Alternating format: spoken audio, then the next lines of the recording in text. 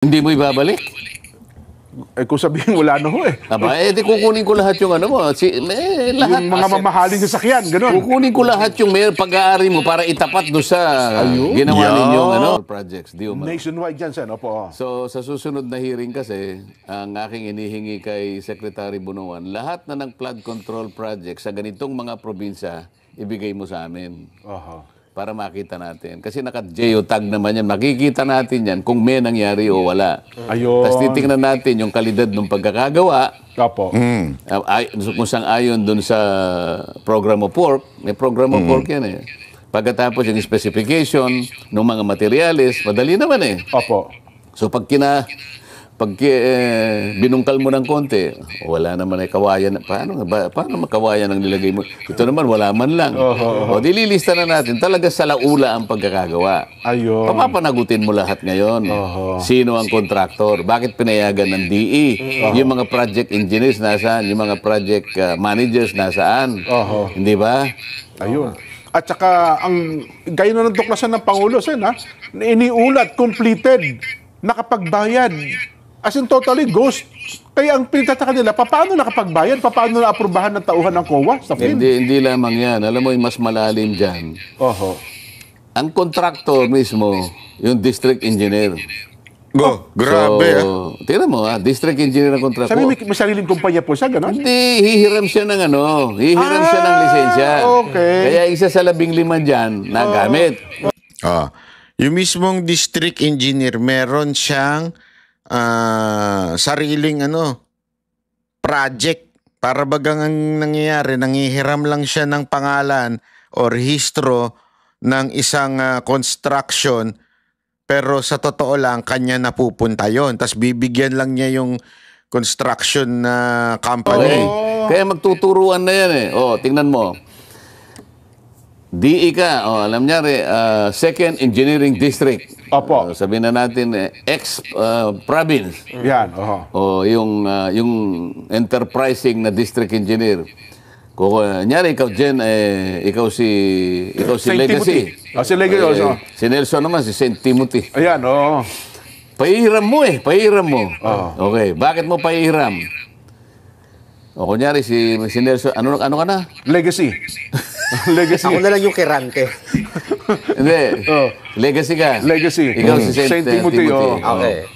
Sabi ni Nelson, pahiram ko dahil unang-una, kahit hindi ako nagtatrabaho, parang naipakikita ko, nagtatrabaho ako. Kasi may kinalaman yan sa pagre-renew ng aking lisensya. Kasi kapag wala akong nagawang mga trabaho sa loob ng isang taon, maaaring makancel ang aking lisensya. Ma-downgrade. Sa pagkat dito, hindi na nga ako nagtatrabaho, kikita pa ako ng 5% na royalty. Tama? Ngayon, sa dami ngayon ng pagpapahiram ko, dahil masipag magpahiram itong si Nelson. Ano ka na? Legacy. Ipinamamalengke niya. Ito. Ipinamamalengke. Naparami niya ngayon yung yung pagpapahiram. Opo. Palagay mo, napahiram mo na 10 beses. Nako.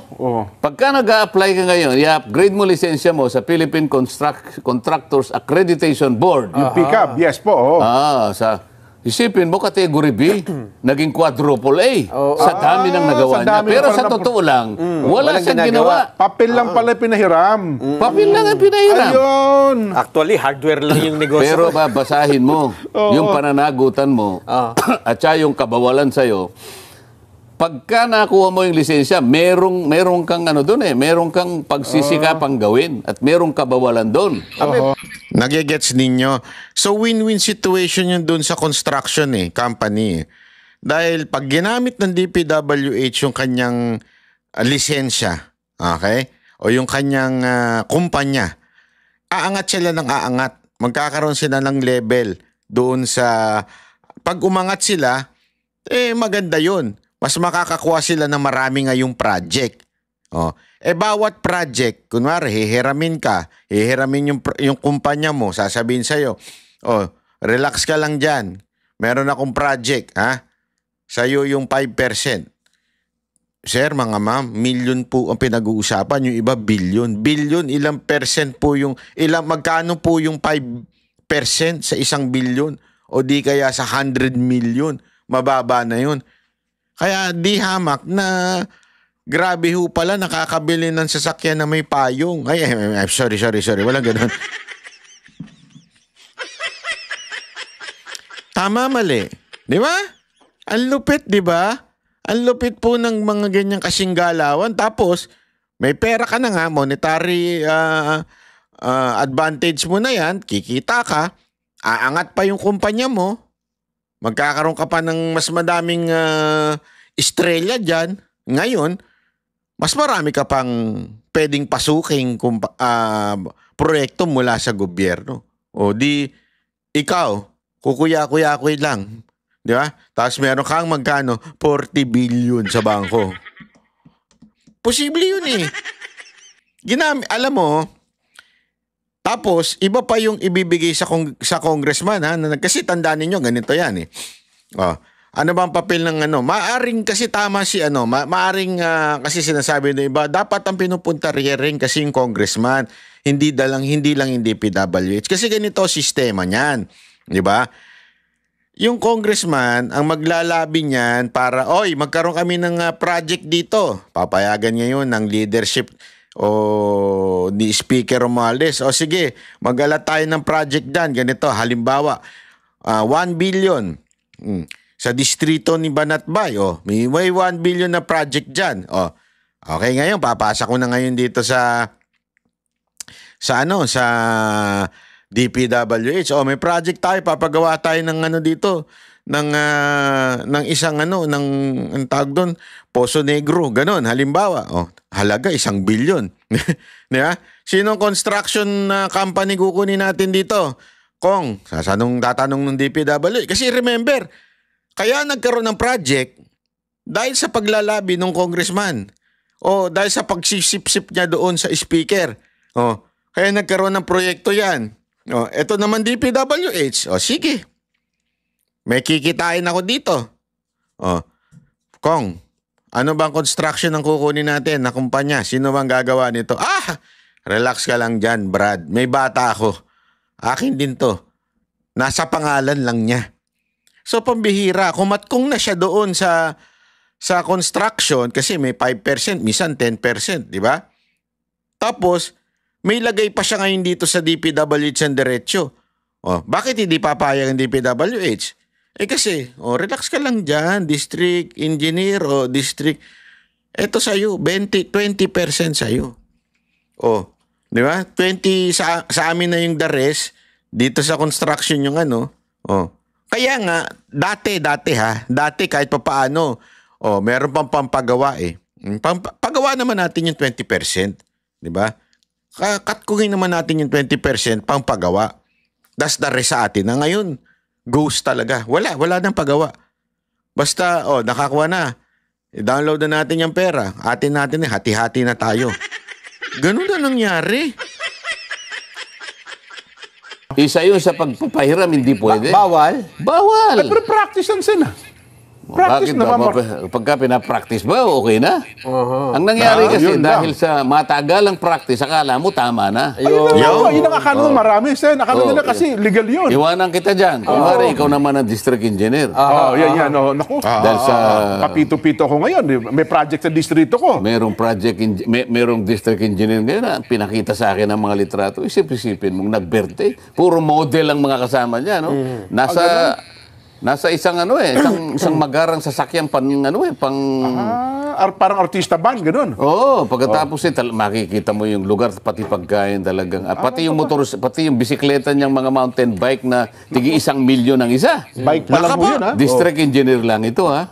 Yari na, nakapag-research talaga nako, ewan ko. Nakapag-research si Marcoleta. Kasi dito, meron na siyang tinutukoy dito eh.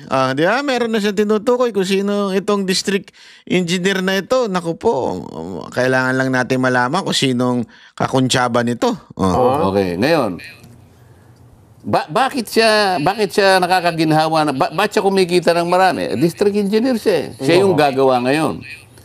Merong equipment ng district. Okay. Opo, gamit ng gobyerno yun. Gamit ng gobyerno. Gasolina ng gobyerno, taong gobyerno, lahat ng resources ng gobyerno.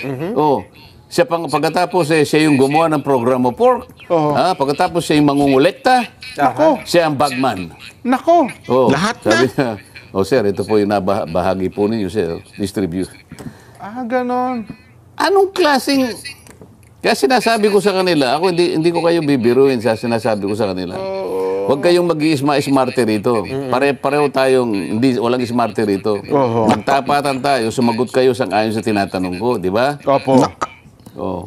Yun lang, ganun lang kasimple.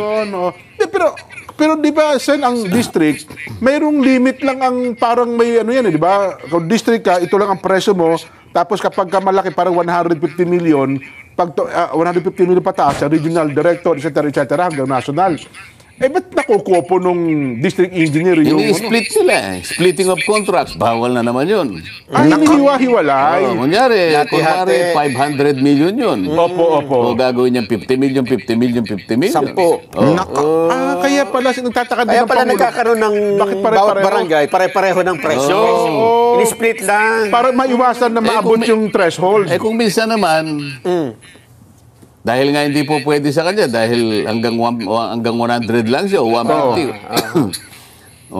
Yun namang enterprising na congressman. Pupunta sa DPWH.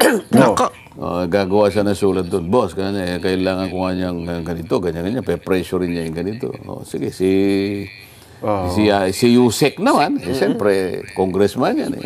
Siyempre, Ganyan. So makikita natin kung sino-sino Nako.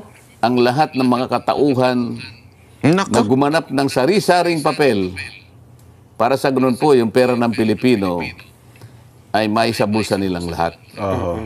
Ayan. Nako. Isang bagay sa ng kasi doon sa thread, marami po social media, ang lagi nilang sinasabi, Sen Dante, may mangyayari ba naman dyan? Kasi ang dami na po namin napakinggan. Oo, tama. May magandang Maganda sinabi ni dito, ni Marcoleta. Investigasyon ng Blue Ribbon, lahat na ng klase ng Wala ribbon. naman na pala, di ba? Lahat na po ng klase. Bibigyan ka na muna na sample, ha? Sige nga. Alam mo po ba, Sen, Jen, natatandaan mo yung Senate investigation sa Makati na yung parking? Makati City Hall parking? Yes. Di ba tagal nilang hiniring ni na Senador Trillanes yan? Nako. Na yan may 2.2 billion? Nasira ang political career ng mga binay dyan. Yes. Dahil siya tatakbong nun eh. Yes, Presidente Mataas na rating eh. At dahil sa inaraw-araw sila, bagsak ngayon si Binay. Yes. Kinasuhan siya ngayon sa Sandigan Bayan. Lumitaw na ngayon ang resulta ng Sandigan Bayan. Alam mo ba? Guilty. Dahil ang daming pinakitang ko. Ang daming matitibay na. Pinawalang sala po. Yun lang. Jojo Binay, Junjun Binay, at iba pa sa kasong malversation of public funds. May falsification of public documents pa. Ayun. Nabigo daw po ang prosecution na patunayan ang kanilang pagkakasala beyond reasonable doubt. Wala rin kahit anumang civil liability. Ang tindi nito. Ang naging problema, sabihin, naging damage lang kaya nasira ang kanyang political career. Niya. Nagtagumpay din yung mga kalaban niya. Ayun nga. Ano relasyon yan sa pinag-uusapan tinatanong namin ni Yun, Jens. anong relasyon yan sa Baka naman ganito lang pinag-uusapan? ito. Kasi ito, 21 hearings ito. Nung dinidinig at saka controversial ito, sinubaybayan ito ng sambayan ng Pilipino. Ayun pala, walang matibay palang ebidensyang nakukuha. Sino ba yung mga senador na nag-imbestiga? Kasama sige ba nga. ako doon? Trillanes. Yun na nga po, Sen. Kaya ang tanong nila ngayon, Sen, sa inyo. Marcoleta ang apelido ko, hindi naman Trillanes ha. Oo nga, tama din naman kayo. At Yun ang banat, di ba? May nangyari ba doon? Wala. Investigate, pinuliti ka lang. Wala. Tapos, ano ba apelido ko? Di ba Marcoleta? Nangyari si Trillanes doon. Agoy, nabanatan si Trillanes doon. Nangangayon, kasama nyo, Lubaw tsaka Subarjan. Ayan ang sinasabi natin. At saka kasi ang construction, pagka ganyan, maraming paper trail eh. Tsaka may mga technical Pero yun nga po, Sen, ano ang magiging kahinatnan? Kasi kaya ang pag-imbestiga naman nila, political lang eh. Politically motivated talaga eh. So, pinpointed nila dahil tumatakbong vice president, yung isa naman tumatakbong mayor. Ito namang iniimbestiga natin, yung sabwatan ng mga contractors yung DPWH at saka yung mga politiko. Iba naman ang konteksto nito eh. Iba ang konteksto nito. Kaya kinakailangan maipakita natin, lalong-lalo na kung talagang may lalabas nila, na talagang meron na tayong listahan ng mga ghost projects, may admission na sila, gusto kong makita para doon pa lang, papanagutin na natin kung sino may kasalanan. Kasi ghost ito eh. Totoo po. Ghost ito. Hindi po pwedeng walang managot dito. Yung ghost yan, talagang walang kaano. Yung mabuti-buti pa yung substandard, at least medyo mababawi mo na konti. Well, may nakita ang tao, pero yung talagang totally ghost, yung 55, talagang, yun, grabe sen. Walang kapatawaran siguro yun. Kaya nga, yun lang. Kaya yun lang makakita tayo ng mga, palagay mo, may 10 ghost projects tayong nakita. Palagay mo lang, ano?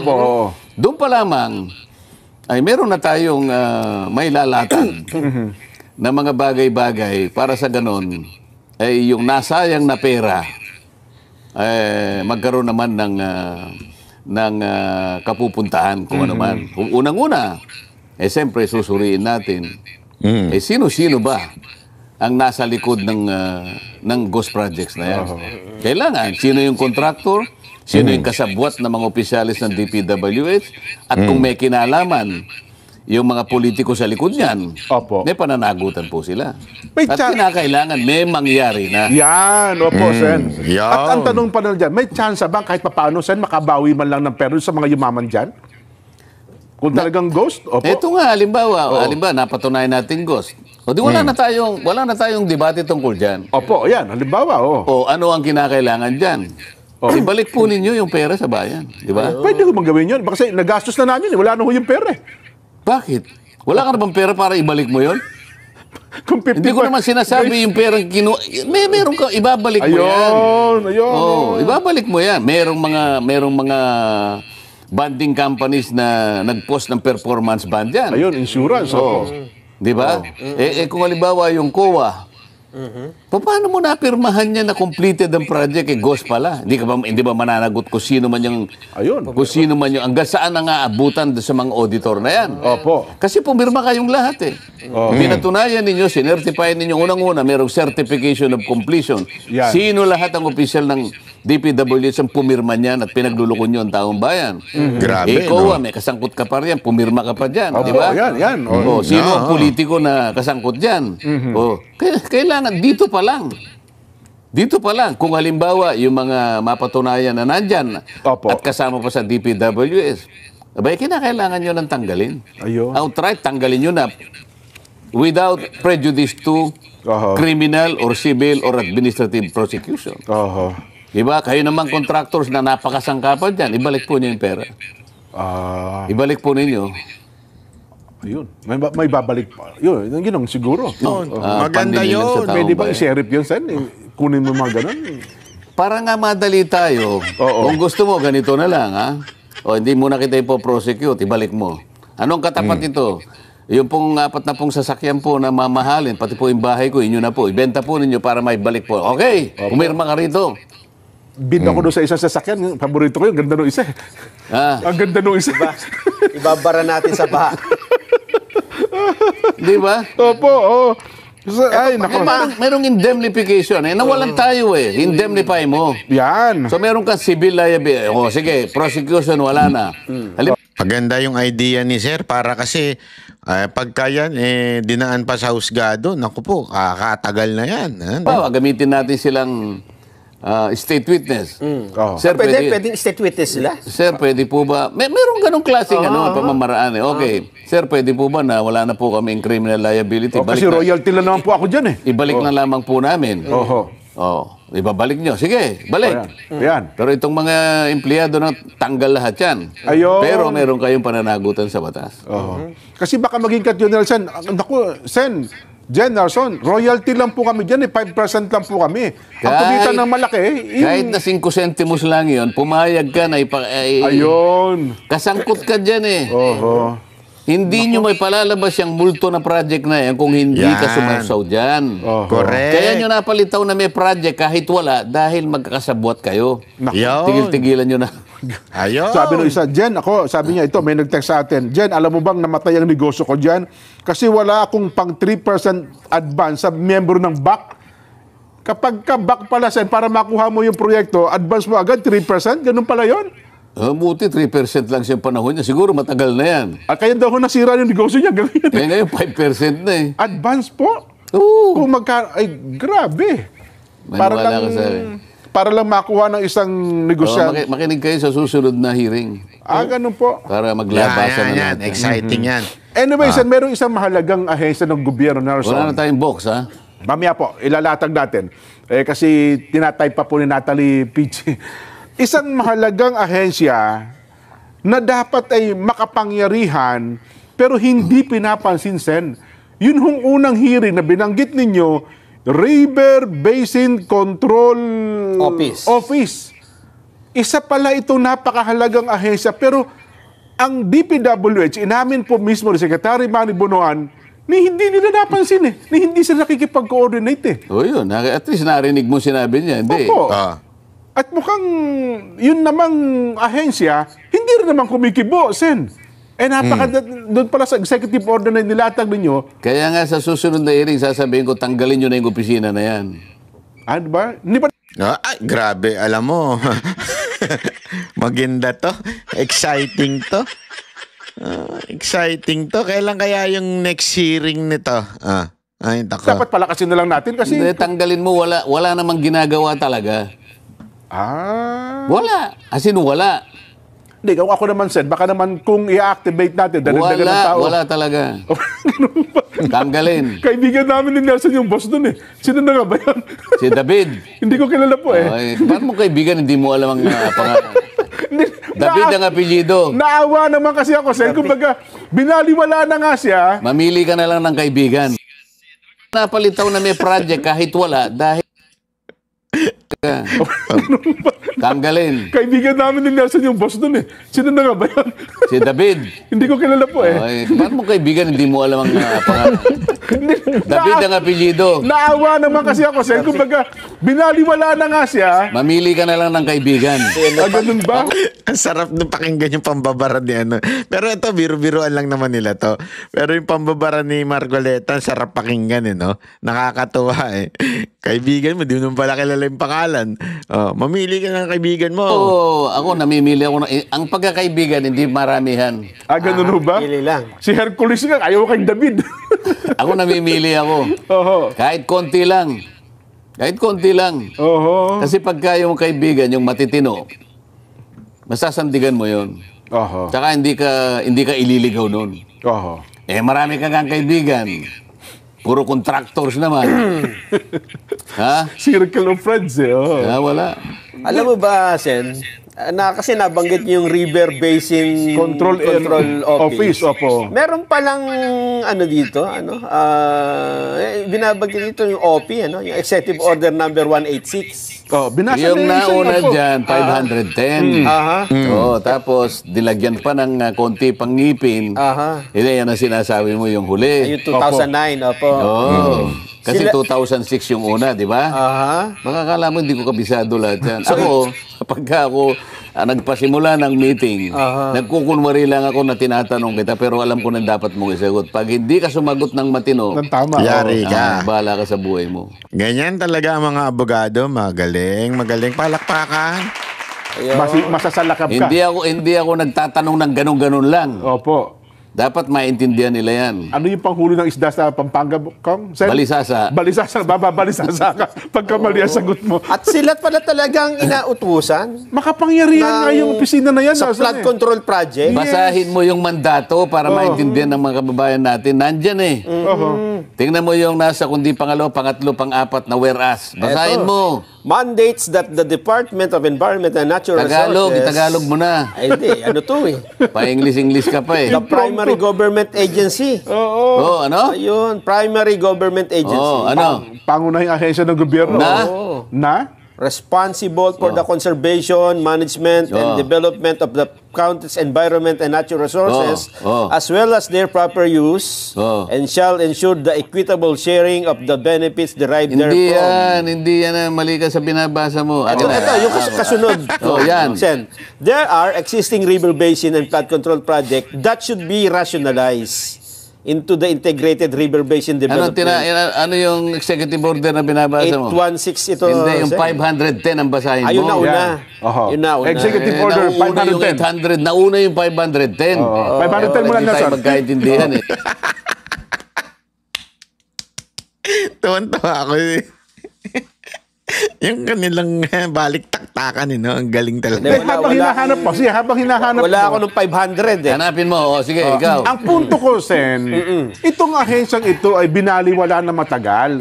Baka naman kung bibigyan natin sa pamamagitan po ng Blue Ribbon, sa pamamagitan niyo po, baka naman mapasigla natin, may nasave tayong ahensya ng gobyerno. May structure Sa halip na, na buwagin natin, Sen. May structure na. Wala patay na eh.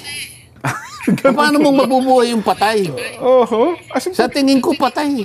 Ganun ho ba? Wala talaga. Hindi na ho pwede ma-revive. Baka ma-CPR ko, mabuhay man lang. Kawawa din naman eh. Kung ikaw ang bumubuhay, kasi isipin mo, si Lazaro, kaya siya nabuhay, tatlong araw pa lang napatay. Opo, ito pala matagal. 206.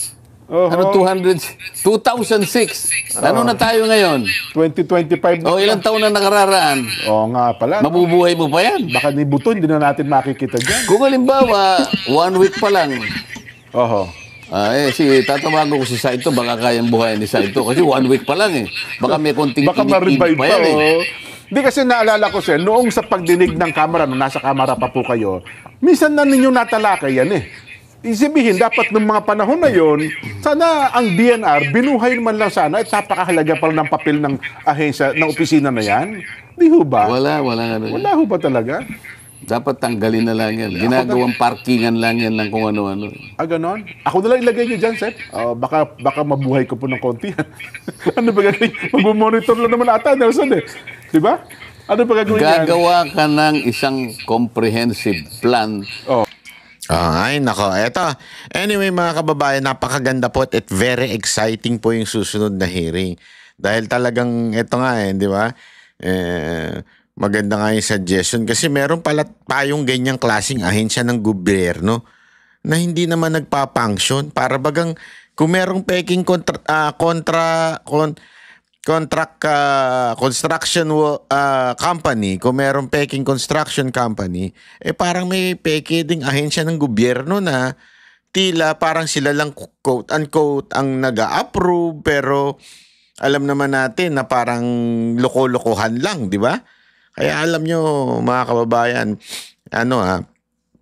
bantayan po natin ito na maigi, itong hearing ni Marcoleta tungkol ho dito sa flood control. Simula pa lang po ito. Simula pa lang ng paninilbihan ni Marcoleta ito. Palakpakan nga natin si Marcoleta.